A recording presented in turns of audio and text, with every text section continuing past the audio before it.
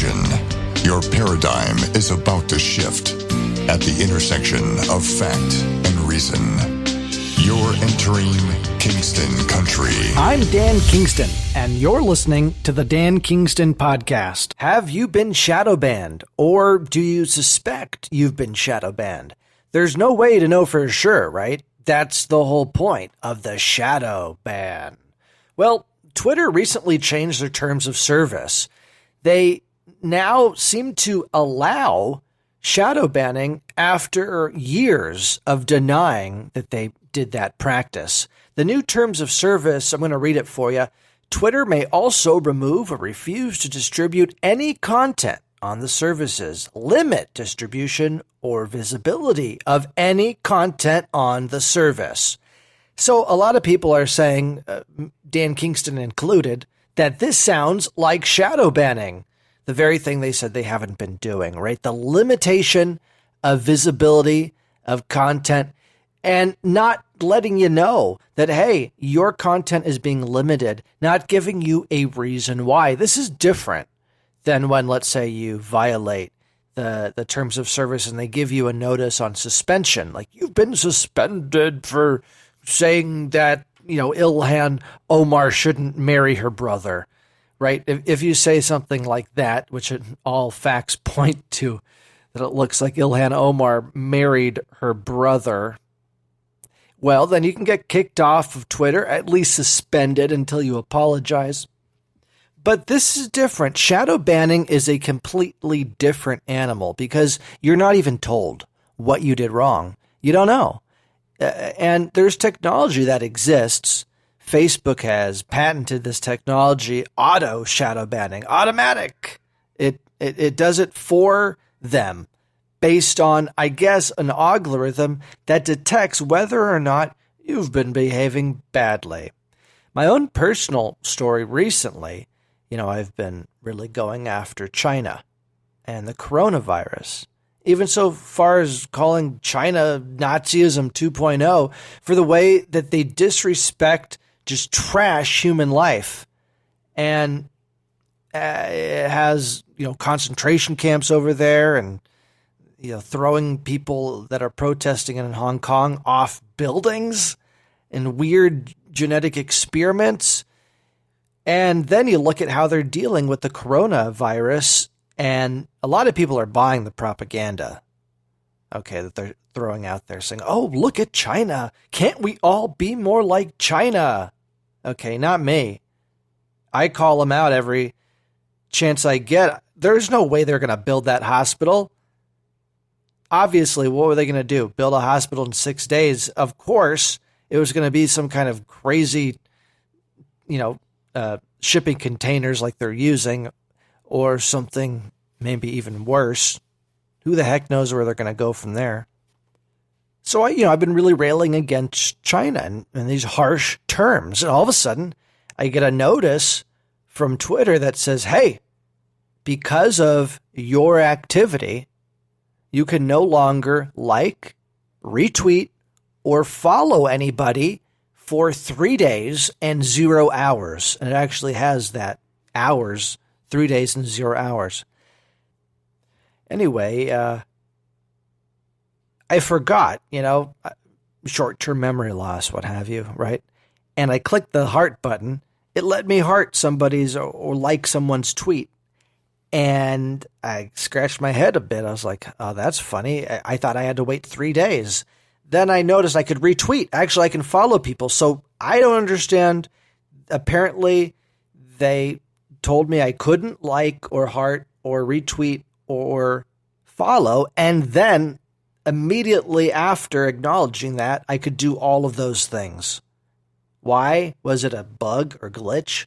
Or did someone from China get in there and try to suspend me or try to limit my access, and then somebody else from a different country was like, hey, wait a minute. I don't know. I'm just guessing, like, who over there at Twitter are the ones that censor the content? That's what I'm really curious about. Because Twitter says that 38% of their content that's deemed abusive is caught proactively and sent to human teams for review as a opposed to them relying on the reports from people on Twitter. So who are these human teams? When the algorithm sends the abusive tweet for review, where do they view it? And in what country are they? In China or India? You have to imagine they are probably not Americans. And it says something really interesting about how tweets are broken into different numbers. You know, every tweet that you write or you read is broken down by the Twitter algorithm. Is it a positive tweet? Is it a negative tweet? Is it a happy tweet? Is it a harmful, abusive tweet?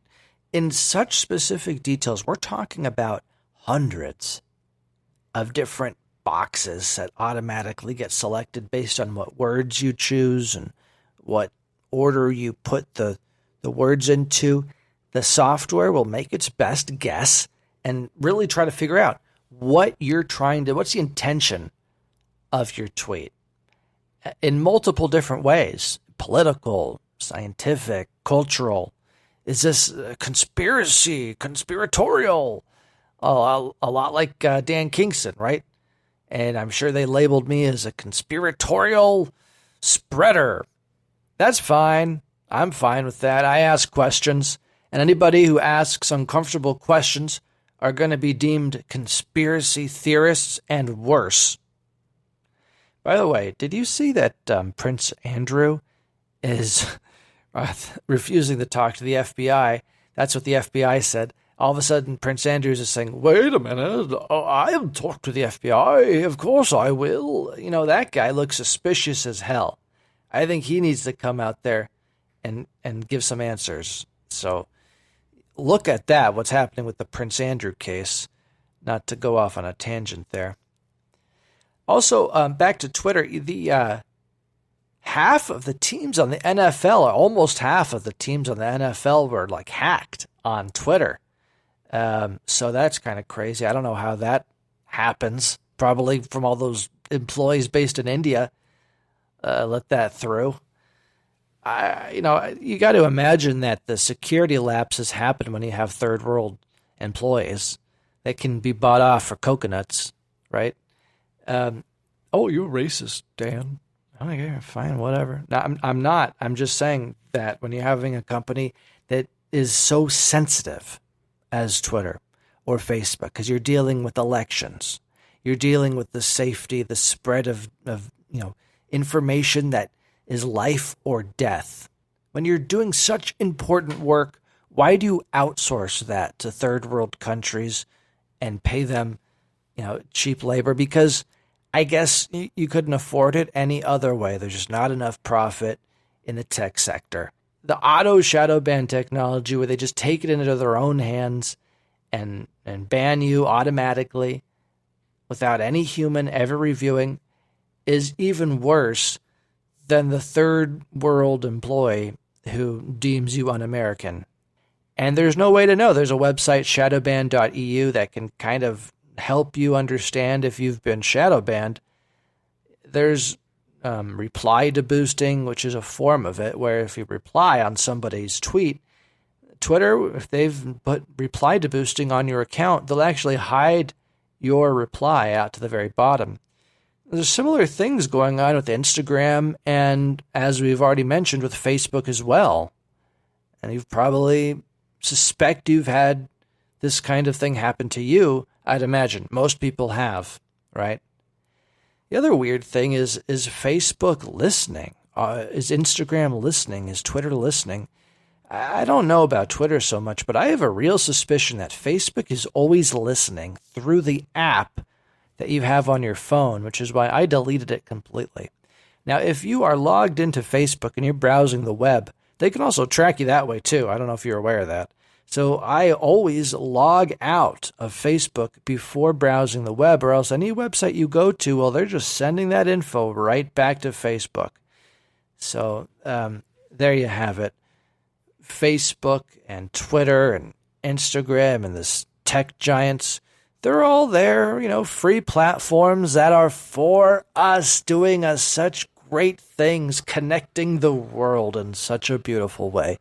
I've really do enjoy my time on Twitter, but I have to say, do I really enjoy it, or am I just kind of addicted to it like a casino lottery thing where it's feeding me chips and you get rewarded for writing a good tweet? It pumps out a bunch of chips, and then you can cash it for what? You can cash it for nothing. This is Kingston Country. By the way, if Michelle Obama wants to be a woman, I totally support that. I want to know, have you been shadow banned? If you've been shadow banned, you might not even know it, but maybe you suspect you have been, or maybe you've gone to this website, shadowban.eu, and you've seen for sure, oh, I have replied to boosting, or they've done this, or they've done that. You can actually see on that website. It's not an advertisement for them. And then you'll know. But the problem is that they're working ahead of the technology.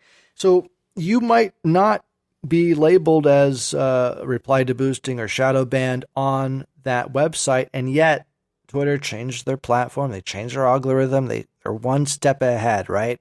And so they can make it look like you haven't been shadow banned when you might actually be. What are some of the things that might get you shadow banned? I don't know. Talking in patriotic terms, supporting the President of the United States, talking firmly towards people that are anti-Semitic or racist or don't value America, what America stands for. Yeah, just, stuff like that. You're saying, oh, come on, you're being a little bit dramatic. I don't know, look into it. There's like almost no consistency when it comes to who gets shadow banned and who gets suspended. Now, the shadow ban thing, I know it's a mystery. You can't say for sure if you've been shadow banned, but people know for sure when they've been suspended. And that's completely arbitrary. Parody accounts get suspended while others don't. And I think a big problem is that Jack Dorsey thinks he knows better than the Founding Fathers. We figured out how this works. Freedom of speech, the First Amendment. There's a reason, right, why it's the First Amendment, because the pen is mightier than the sword. Truly is. Okay, it's good to have a Second Amendment to back that shit up.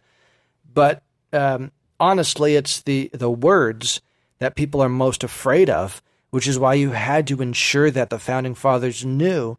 They had to ensure that right and enshrine it, you could say, with the First Amendment. Now, Jack Dorsey's sitting there as Neanderthal, stroking his beard, and he thinks he's enlightened in his cave, eating his raw meat. Is it him or Mark Zuckerberg? One of them eats raw meat. It's like trendy now, eating raw meat that you hunt yourself in your own backyard with bow and arrows that you've also built. That makes you real manly if you only eat the animals that you hunt in your backyard. Anyway, I think that's what Mark Zuckerberg, he goes out to the pen in his he's like what do you call it? Like a Silicon Valley New Age farmer. Kingston Country. You've been listening to the Dan Kingston Podcast.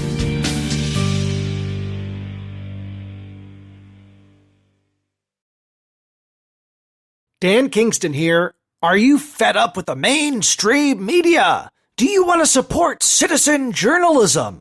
The Dan Kingston Podcast is dedicated to asking questions and exploring topics the mainstream media won't touch. If you enjoy this content, would you help me give you even more for less than $1 a month? Yeah, less than $1 a month. You can help me do just that. And it's as easy as using Apple Pay or any credit card. And by the way, I'll be thanking sponsor names, your name, at the beginning of each podcast episode. So would you consider signing up for less than $1 a month? Find the link to become a sponsor in the description of this podcast episode, or visit anchor.fm/Dan Kingston.